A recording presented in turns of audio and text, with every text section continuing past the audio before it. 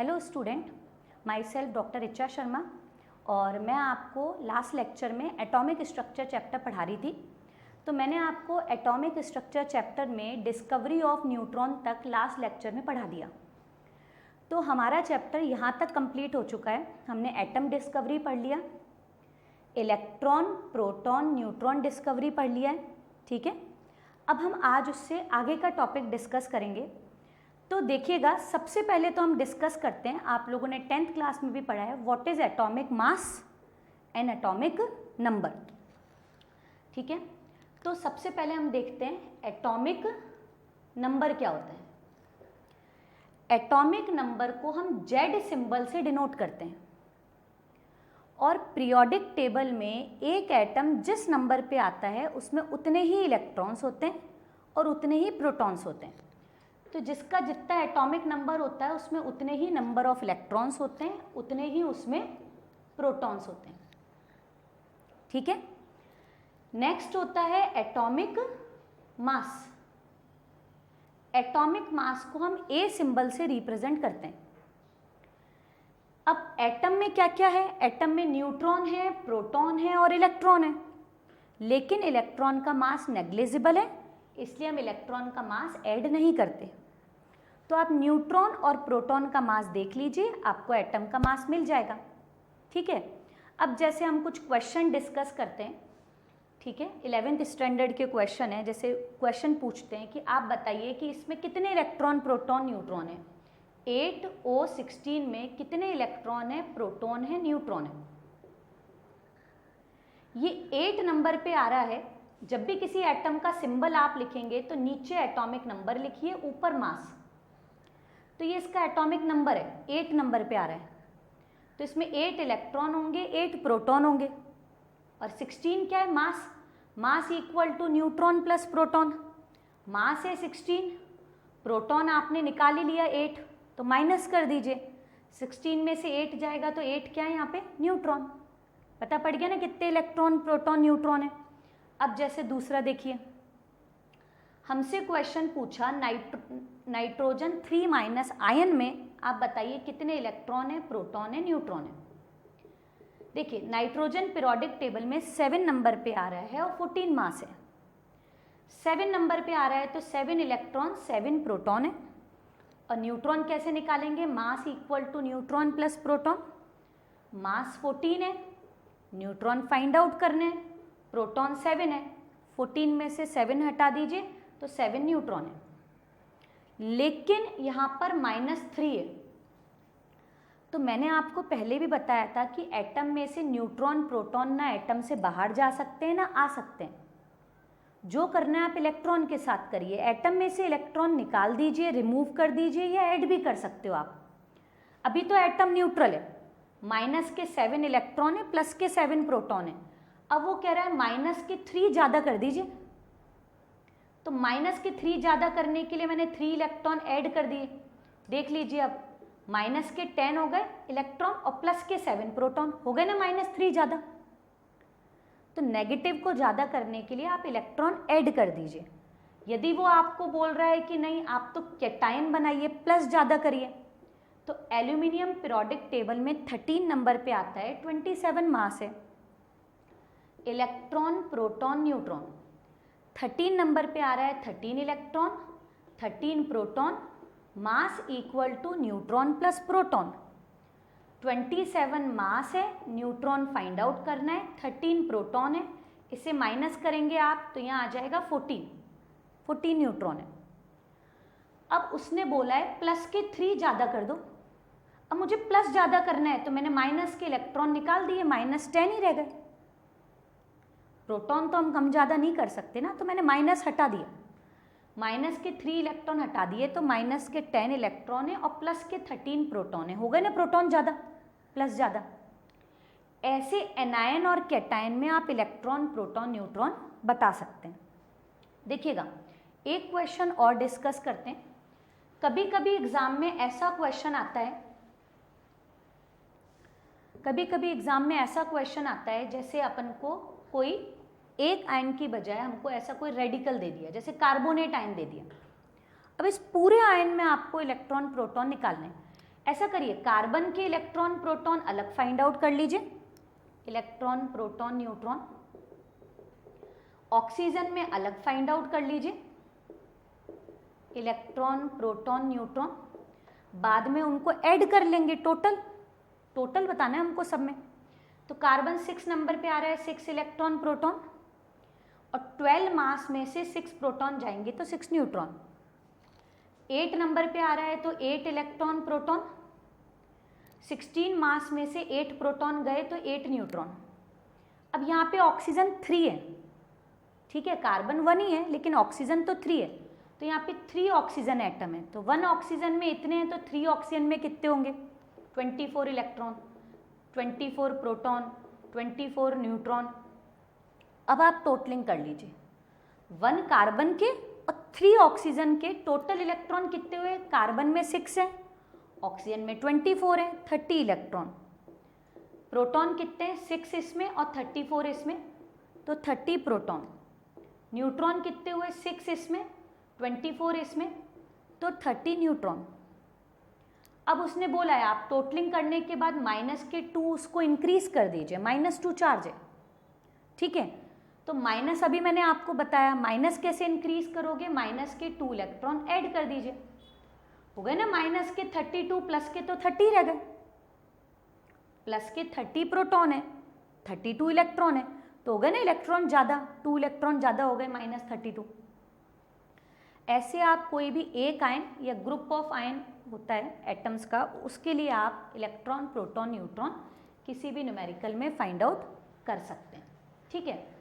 अब हम next topic discuss करते हैं। एटम में 3 फंडामेंटल पार्टिकल हैं, इलेक्ट्रॉन प्रोटॉन एंड न्यूट्रॉन। लेकिन ध्यान से सुनिएगा कि एटम में इलेक्ट्रॉन प्रोटॉन न्यूट्रॉन के अलावा भी कुछ पार्टिकल होते हैं। एटम में इलेक्ट्रॉन प्रोटॉन न्यूट्रॉन के अलावा भी कुछ पार्टिकल होते हैं, ठीक है। जैसे इलेक्ट्रॉन को होल्ड रखने के लिए, संभालने के लिए उसका एक एंटी पार्टिकल होगा। एंटी पार्टिकल वो होते हैं जिसमें मास तो वही रहता है, चार्ज अपोजिट कर दीजिए। तो इलेक्ट्रॉन को होल्ड रखने के लिए, संभालने के लिए उसका जो एंटी पार्टिकल होता है उसे हम पॉजिट्रॉन बोलते हैं। प्रोटॉन का anti particle anti proton, neutron का एंटी पार्टिकल एंटी न्यूट्रॉन, ठीक है।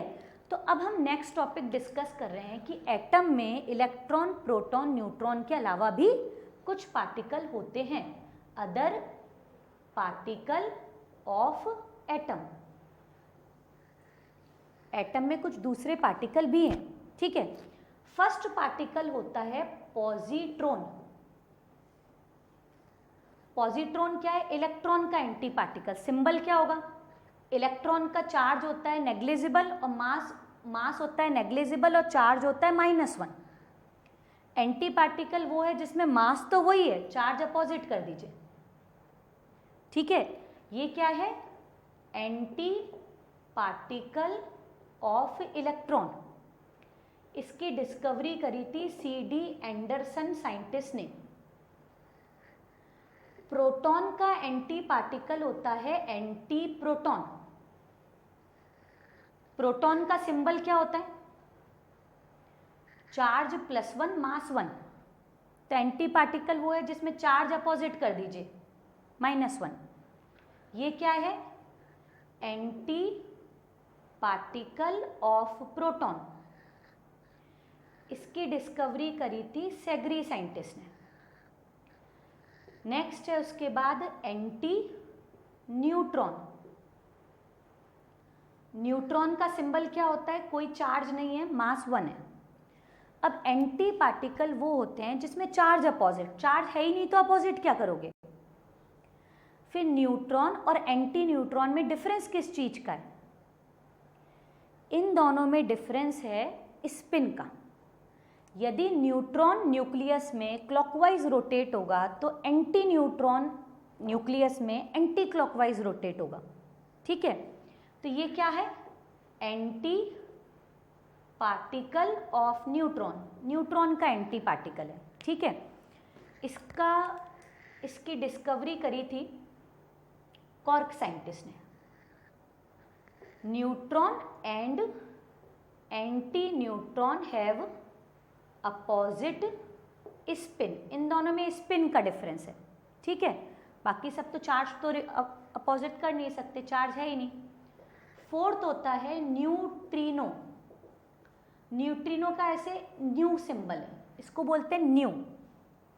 न्यूट्रिनो न्यूट्रल होते हैं। अच्छा, इनका मास इलेक्ट्रॉन से भी कम है। इलेक्ट्रॉन ही नेग्लिजिबल है तो डेफिनेटली ये तो नेग्लिजिबल होंगे ना, ठीक है। तो चार्ज और मास तो बताने की जरूरत नहीं है, बस ये लिख देते हैं मास लेस देन इलेक्ट्रॉन। अब इलेक्ट्रॉन से कितना कम है मास वो अभी तक पता नहीं पड़ा है, लेकिन इनका मास इलेक्ट्रॉन से कम होता है, ठीक है। इनकी डिस्कवरी पॉलिंग साइंटिस्ट ने करी थी। न्यूट्रिनो का एंटी पार्टिकल हो गया एंटी न्यूट्रिनो। चार्ज अपोजिट कैसे करें, चार्ज तो है ही नहीं, ठीक है। तो न्यूट्रिनो और एंटी न्यूट्रिनो में डिफरेंस किस चीज का हुआ फिर, स्पिन का। तो इसके अंदर जो है इसकी डिस्कवरी करी थी फर्मी साइंटिस्ट ने। And neutrino and anti neutrino have opposite spin, spin का डिफरेंस है। और लास्ट है सिक्स्थ, मेजॉन कोई पार्टिकल नहीं है, मेजॉन एक फैमिली है जिस फैमिली में बहुत सारे पार्टिकल होते हैं। मेजॉन फैमिली की डिस्कवरी यूकावा साइंटिस्ट ने की थी। मेजॉन फैमिली में पायोन पार्टिकल होते हैं और म्यूऑन पार्टिकल होते हैं। केमिस्ट्री में इस सिंबल को पाई बोलते हैं। पायोन पॉजिटिव, पायोन नेगेटिव, पायोन न्यूट्रल पार्टिकल। इस सिंबल को म्यू बोलते हैं, म्यूऑन पॉजिटिव, म्यूऑन नेगेटिव। तो एटम में इलेक्ट्रॉन, प्रोटॉन, न्यूट्रॉन के अलावा भी कुछ पार्टिकल होते हैं, ठीक है। उसकी हम इंफॉर्मेशन ले रहे थे। कहीं आप इनका कभी नाम सुने तो आप सोचें कि हमने ये तो पढ़ा ही नहीं कि पॉजिट्रॉन, एंटी प्रोटॉन क्या है, क्योंकि कई बार ऑब्जेक्टिव क्वेश्चन में E/m की वैल्यू फाइंड आउट करने को दे देते हैं। तो आपको पार्टिकल पता है जब भी आप बता सकते हो कि चार्ज तो +1 है और मास नेग्लिजिबल है। साइन लिखना नहीं है, मैग्नीट्यूड लिखना है। E/m, चार्ज इसमें 1 है और मास भी 1 है। तो आपको इनका सिंबल पता होगा जब भी आप चार्ज और मास की वैल्यू फाइंड आउट कर सकते हैं, ठीक है। अब हम नेक्स्ट टॉपिक डिस्कस करते हैं। इलेक्ट्रॉन, प्रोटॉन, न्यूट्रॉन तो देखिए हो गया। अब उनसे रिलेटेड हम कुछ डेफिनेशन डिस्कस करते हैं। सबसे पहले डेफिनेशन डिस्कस करते हैं हम आइसोटोप की डेफिनेशन, ठीक है। आइसोटोप क्या होता है, ये भी आपने 10th क्लास में आइसोटोप की डेफिनेशन वैसे पढ़ी हुई है, ठीक है। आइसोटोप की डेफिनेशन होती है, आइसोटोप की डिस्कवरी करी थी सोडी साइंटिस्ट ने। आइसोटोप होता है same atomic number, different masses. Mass अलग कर दीजिए। एग्जाम्पल देखिएगा, एग्जाम्पल है फर्स्ट, हाइड्रोजन के 3 आइसोटोप हैं। ये भी पीरियोडिक टेबल में 1 नंबर पे आता है, ये भी 1, ये भी 1। एक ऐसा हाइड्रोजन है जिसका मास 1 होता है, एक 2 मास वाला हाइड्रोजन वर्ल्ड में है और एक 3 मास वाला। ये सिंपल हाइड्रोजन होता है जिसको हम प्रोटियम कहते हैं। इस वाले हाइड्रोजन को हम ड्यूटेरियम बोलते हैं, या इसका एक और नाम होता है, हम इसको हैवी हाइड्रोजन भी बोलते हैं। ड्यूटेरियम डी सिंबल से भी रिप्रेजेंट करते हैं। इसका नाम ट्राइशियम है तो टी भी इसके लिए सिंबल होता है, ट्राइशियम। और तीनों हाइड्रोजन में ये वाली हाइड्रोजन ही रेडियो एक्टिव होती है। तो ये हाइड्रोजन के 3 आइसोटोप हैं, same atomic number, different masses, 1 मास, 2 मास, 3 मास। अब हम डिस्कस करते हैं एग्जाम्पल 2। एग्जाम्पल 2 में हमने क्लोरीन लिया। क्लोरीन पीरियोडिक टेबल में 17 नंबर पे आता है। इसका एक क्लोरीन का 35 मास है, एक का 37, ठीक है। अब हम देखते हैं इनका अबेंडेंस, ये अर्थ पे कितने मिलते हैं। तो 35 मास वाला क्लोरीन अर्थ पर 3 टाइम्स ज़्यादा है 37 वाले से, यानी ये अर्थ पर जितना मिलेगा ना ये 3 टाइम्स ज़्यादा मिलेगा। मान लीजिए ये 25% है तो ये अर्थ पे कितना होगा 75% होगा। अब हमसे कोई पूछेगा क्लोरीन का मास बताइए, तो हम क्लोरीन का मास 35 बताएं कि 37? तो हम ऐसा करते हैं, हम इनका एवरेज मास फाइंड आउट कर लेते हैं। एवरेज मास कैसे फाइंड आउट करते हैं? इसके मास को इसकी अबेंडेंस से मल्टीप्लाई कर दीजिए 35 इंटू 3 प्लस इसके मास को इसकी अबेंडेंस से मल्टीप्लाई कर दीजिए 37 into 1 divide by total abundance. Total earth पे कितना है 4। तो आप लोगों ने सुना होगा क्लोरीन का मास 35.5 होता है, ठीक है। अच्छा, आप चाहते तो 3:1 की जगह आप 75-25 लेके भी न्यूमेरिकल कर सकते हैं। 35 मास अर्थ पे कितना है 75%, 75। 37 मास अर्थ पे कितने टाइम है 25%, 25 डिवाइड बाय टोटल परसेंटेज कितनी है, टोटल अबेंडेंस कितना है 100, तब भी यही आएगा। तो ध्यान से सुनिएगा, क्वेश्चन है एटॉमिक मास कभी भी फ्रैक्शन में हो सकता है क्या? तो आंसर है atomic mass always present in whole number, because atomic mass is a sum of neutron and proton, and neutron and proton always present in whole number. So atomic mass always present in whole number. If it present in fraction, then it means it have isotope. ठीक है, आपको समझ में आया? मास कभी fraction में नहीं हो सकता क्योंकि वो न्यूट्रॉन प्रोटॉन का सम है, तो वो फ्रैक्शन में नहीं होगा। न्यूट्रॉन प्रोटॉन होल नंबर में होते हैं, लेकिन फिर भी मास फ्रैक्शन में आ रहा है तो इसका मतलब है कि जरूर उसके आइसोटोप होंगे। हमने उनका एवरेज निकाला, मल्टीप्लाई डिवाइड किया, कैलकुलेशन है, कैलकुलेशन में तो आंसर पॉइंट में आ सकता है। तो पॉइंट में मास आने का मतलब ही यही है कि उसके आइसोटोप होंगे, डेफिनेटली उसके आइसोटोप होंगे। ठीक है, आपको समझ में आया अच्छे से? तो ये तो हो गया आइसोटोप और उससे related numericals. Next second definition हम डिस्कस करते हैं isobar.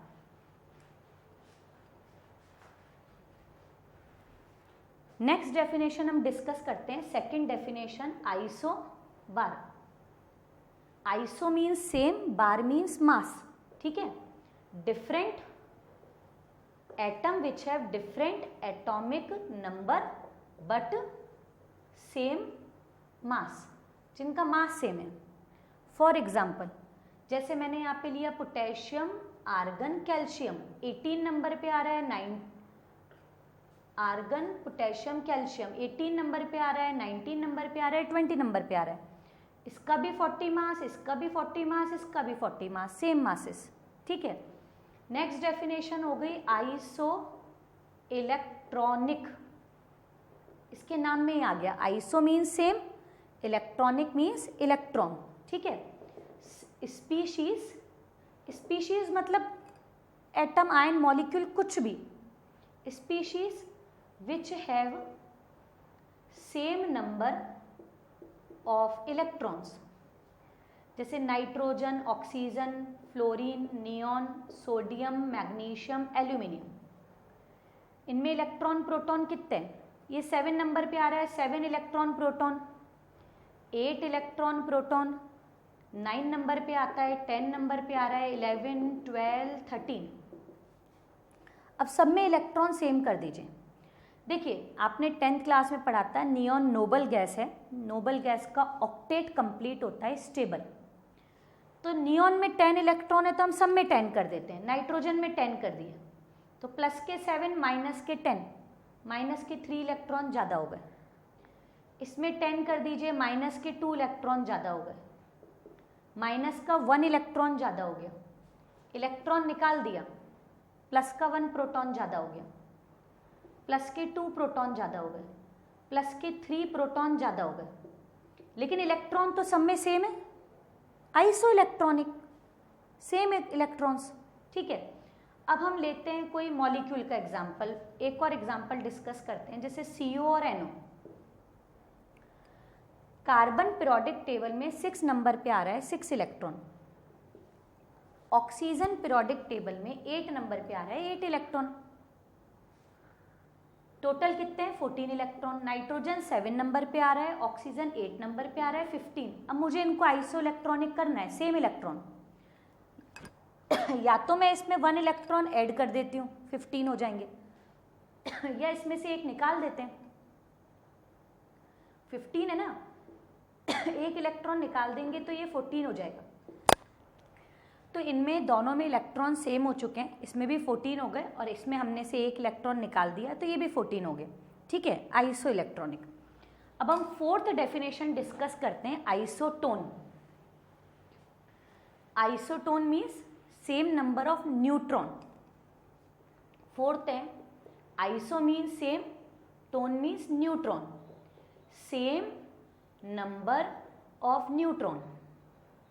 For example phosphorus sulphur 15 number पे आता है 16 नंबर पे, 31 मास 32 मास। न्यूट्रॉन मैंने आपको निकालना सिखाया है, mass equals to neutron plus proton. इसका 31 मास है, 15 नंबर पे आ रहा है तो 15 प्रोटॉन, 31 में से 15 गया 16 neutron. Mass equal to neutron plus proton.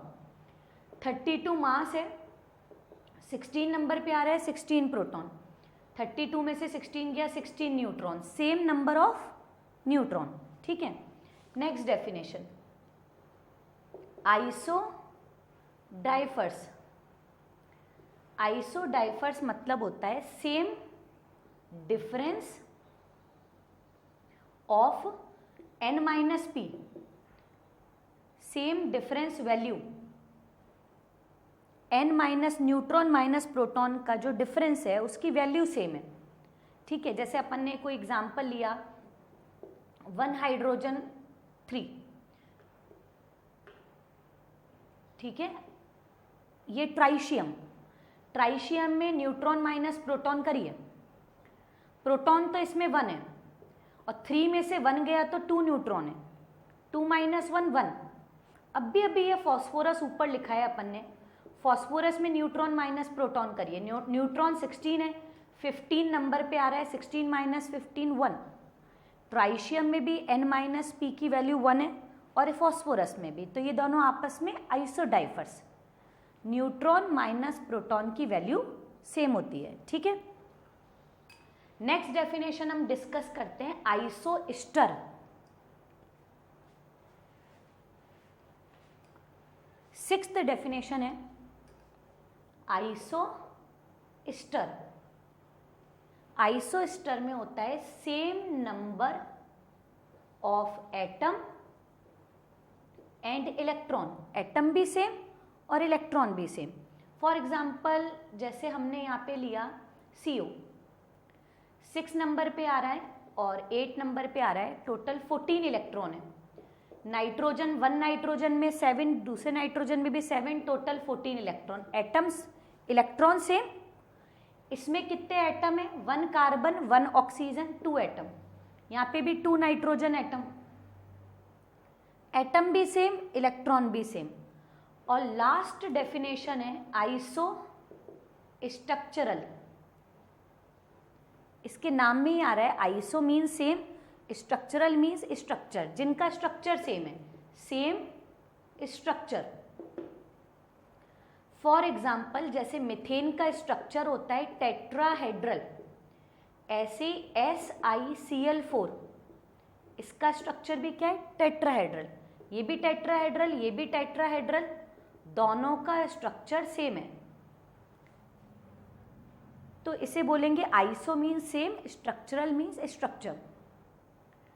तो हमने इलेक्ट्रॉन प्रोटॉन न्यूट्रॉन पढ़ा और उससे रिलेटेड जितनी डेफिनेशन थी वो हमने डिस्कस कर ली, isotope, isobar, iso electronic, isoster, iso structural, तो उससे रिलेटेड मैंने सारी इंफॉर्मेशन आपको दे दी है।